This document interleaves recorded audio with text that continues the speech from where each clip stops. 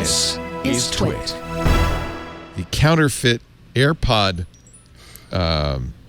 business has reached now a significant number, $62.2 million confiscated in the first 9 months of the U.S. government's fiscal year, 360,000 counterfeit wireless headphones seized by customs because they look like AirPods. Customs says that's probably only a fraction of all the fake headphones sold worldwide.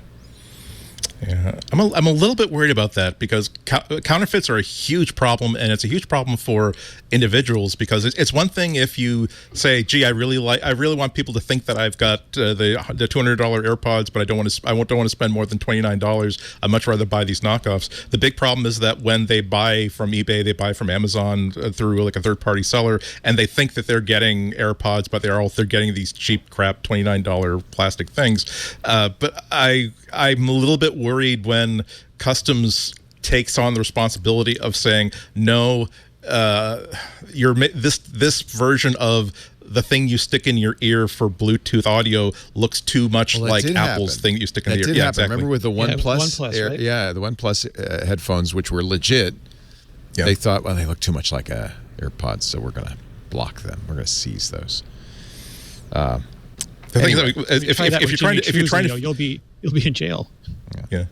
I was saying, if you're trying to fit human ears, most human ears are very, very similar to each other. So if you say, no, you can only definitely be sure to be able to import your earphones if you make them like, I don't know, like square, have like lots of sharp edges that go into your ear. Yeah, I mean, that does look like the Apple. It is, of course, the job of customs to block counterfeits. Of course. So they're doing the best they can. I mean, the Apple AirPods do have a very specific look to them. So it's, they compared to every other AirPod. I mean, every other Bluetooth. Well, you've seen the fake iPhones. I even have one in my office. Yeah, they're from Shenzhen. They really look like an iPhone. Right up to the point where you boot it up and it's running Android. But other than that, it's identical. Yeah, and I've seen some where you really have to drill deep down before you break your nose on that glass shut door. You only find out when you turn out to be a blue bubble. Then you know. Yeah, exactly. What? Well, and I think that when they say that Apple's losing $3.2 billion, I doubt it. The question is whether how many of those people would actually buy the full-priced one, when, compared to the $29 version of it. So yeah, I didn't quote that number because I think it's That's like when they make a drug bust. They say that's $1 billion worth of heroin. Street value. I've been scoffing at that since I was like 11 years old and defending myself for like ripping off Electronic Arts games. It's like, okay, first of all, it's not like I'm an 11-year-old kid. I would have been able to afford a $49 game. If I had $50 and I spent it on a game, my mom would tan my hide. Believe you? That's how we for anyone in graphics, the first thing you stole was Photoshop. Yeah, so sure. Like it's I would never have bought it otherwise. Well, I got it with the scanner. I got my very first one. I got the first one with from a friend. But soon after that, they bundled it with all the scanners. And so in the early 90s, you could get Photoshop with anytime you bought a scanner, you got Photoshop. I have to think they must look a little away because they know that they're getting you hooked, Alex. And you've bought how many copies of Photoshop since?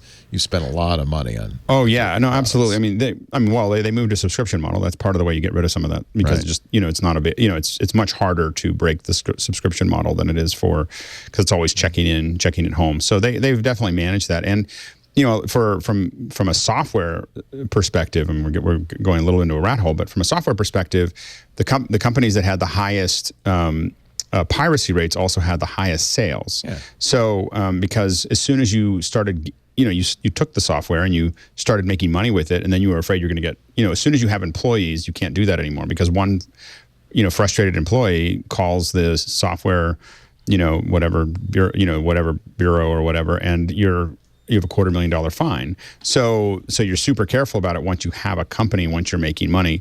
And so a lot of companies learn to just kind of look the other way. There's tons and tons of books on Maya, and there weren't that many users. I mean, literally, there was some point where we realized the sales of Maya training was more than the sales of the software.